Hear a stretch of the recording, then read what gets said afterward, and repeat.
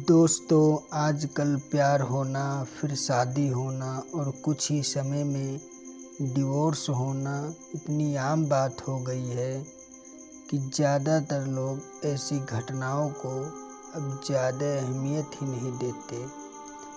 उनकी तरफ से कभी-कभी बेवजह ही हो रहे अलगाव को रोकने के लिए भी कोई प्रयास किया ही नहीं जाता। आज की ये कहानी ऐसे ही हो रहे अलगाव की है, जिसे खुद एक पत्नी अपने शब्दों में बता रही है। कहानी जैसे जैसे आगे बढ़ती है तो हम जान पाते हैं कि पत्नी का नज़रिया है वो कितना अलग है अपने पति के विचारों से, और कहानी का अंत हमारी आंखें भिगोने में सफल होता है। मेरे पति पेशे से इंजीनियर हैं।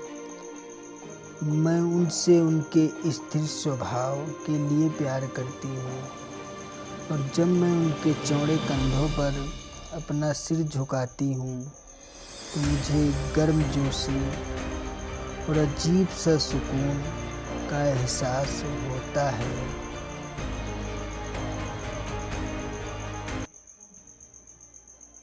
तीन साल की प्रेमालाप और अब शादी के 2 साल बीतने के बाद मुझे ये स्वीकार करना होगा कि मैं थक गई हूँ।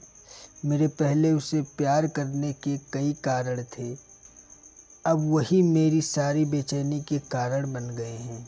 मैं एक भावुक महिला हूँ, और जब रिश्ते और मेरी भावनाओं की बात आती है तो मैं बेहद संवेदनशील हूँ। मैं रोमांटिक पलों के लिए उसी तरह तरसती हूँ जैसे कैंडी के लिए तरस रही एक छोटी लड़की।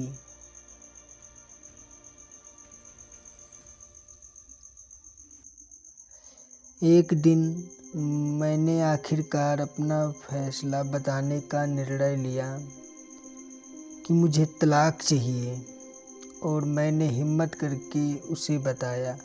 आखिर क्यों? चौंकते हुए उसने पूछा।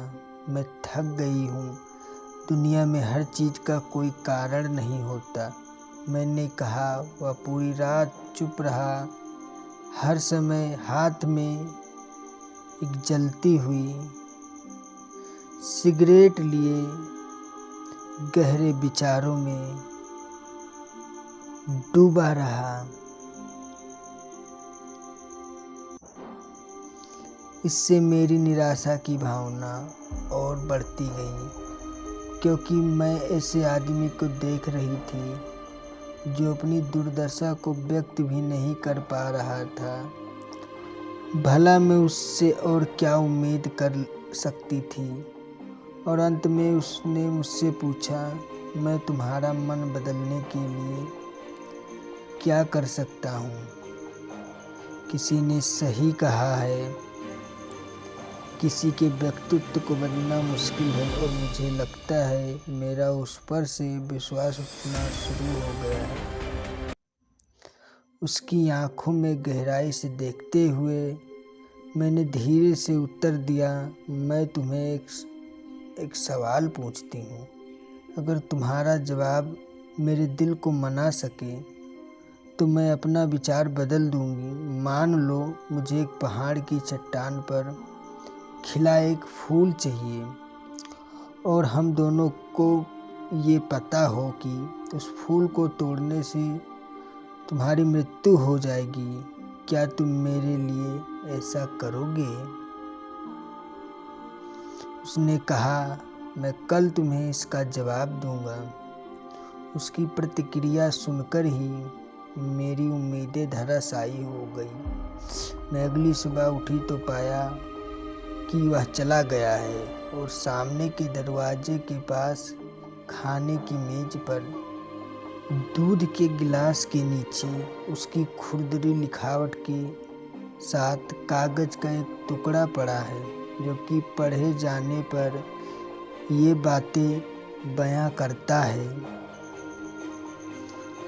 पति की पत्नी के लिए दिल छू लेने वाली चिट्ठी। प्रिय, मैं तुम्हारे लिए वह फूल नहीं तोड़ूंगा, लेकिन अगर तुम चाहो तो मैं तुम्हें इसके पीछे का कारण ज़रूर बताना चाहूँगा। यह पहली पंक्ति पढ़ते हैं मेरे दिल के हज़ारों टुकड़े हो गए। मैंने पढ़ना जारी रखा। जब तुम कंप्यूटर का इस्तेमाल करती हो तो तुम हमेशा सॉफ्टवेयर प्रोग्राम को गड़बड़ कर देती हो। अंत में तुम स्क्रीन के सामने बैठकर रोती हो। मुझे अपनी उंगलियों को जिंदा रखना पड़ता है ताकि मैं प्रोग्राम को पुनर्स्थापित करके तुम्हारे कीमती आंसू बहने से रोक सकूं। तुम हमेशा घर की चाबियां गुम कर देती हो, इसलिए मुझे दरवाज़ा खोलने के लिए अपने पैरों को जिंदा रखना पड़ेगा ताकि दरवाज़ा तोड़कर तुम्हें घर के अंदर ले जा सकूं। तुम यात्रा करना पसंद करती हो, लेकिन हमेशा एक नई जगह में अपना रास्ता भूल जाती हो। मुझे तुम्हें रास्ता दिखाने के लिए अपनी आंखें जिंदा रखनी पड़ती है। तुम्हें हमेशा ऐंठन होती है जब भी तुम्हारा पीरियड हर महीने आता है। मुझे अपनी हथेलियों को जिंदा रखना है ताकि मैं तुम्हारे पेट में ऐंठन को शांत कर सकूं। तुम्हें घर के अंदर रहना पसंद है और मुझे पता है कि तुम अंतर्मुखी व्यक्त हो। तुम्हारी बोरियत को दूर करने के लिए मैं तुम्हें चुटकुले और कहानियाँ सुनाने के लिए अपने मुंह जिंदा रखना है। तुम हमेशा कंप्यूटर और टीवी देखती हो। मुझे अपनी आँखों को बचाना है ताकि जब हम बूढ़े हो जाएं तो मैं तुम्हारी आँखें बन सकूं, तुम्हारे सिर से सफ़ेद हो रहे बाल चुन सकूं, तुम्हारे नाखूनों को बिना तुम्हें चोट पहुँचाए काट सकूं। मैं भी समुद्र पर तट पर टहलते हुए तुम्हारा हाथ पकड़ना चाहता हूँ, जैसे तुम धूप और समुद्र रेत का आनंद लेती और खुशी से सीजी गुनगुनाती हो। उसे मैं अपने कानों से सुनना चाहता हूँ, इसीलिए मेरे कान जिंदा रहने चाहिए। जब तुम नहा के निकलती हो तो तुम्हारी भीनी भीनी खुशबू को महसूस करने के लिए मेरा नाक जीवित होना चाहिए। इसीलिए मेरी प्रिय, जब तक मुझे यकीन नहीं होता कि कोई है जो तुमसे इससे अधिक प्यार करता है, तब तक उस फूल को नहीं तोड़ूंगा। और जिस दिन ऐसा कोई आया जो तुमसे इससे अधिक प्यार करे, मैं खुशी खुशी उस फूल को तोड़ लूँगा। यह पढ़ते ही मेरे आंसू पत्र पर गिरे और उसकी लिखावट की स्याही धुंधली हो गई। मैंने उसे पढ़ना जारी रखा। अब जब तुमने मेरा उत्तर पढ़ लिया है, अगर तुम संतुष्ट हो, अगर मैंने तुम्हारे दिल को मना लिया हो, तो कृपया सामने का दरवाज़ा खोलो, क्योंकि मैं बाहर खड़ा हूँ। तुम्हारी पसंदीदा ब्रेड और ताज़ा दूध साथ में। मैं जल्दी से दरवाज़ा खोलने के लिए दौड़ी और उसके चिंतित चेहरे को अपने हाथों से कसते चूम लिया। अब मुझे पूरा यकीन हो गया कि कोई भी उससे इतना प्यार नहीं करेगा जितना वह करता है, और मैंने फूल को नहीं तोड़ने का फैसला किया। यही जीवन है और प्रेम है। जब कोई प्यार से घिरा होता है तो उत्तेजना की भावना दूर हो जाती है और वह उस सच्चे प्यार को नज़रअंदाज कर देता है जो शांति और निर्भरता के बीच में होता है। प्यार सभी रूपों में प्रकट होता है, यहाँ तक बहुत छोटे और सूक्ष्म रूपों में भी। इसका कभी मॉडल नहीं रहा। यह सबसे नीरस और उबाऊ रूप में हो सकती है।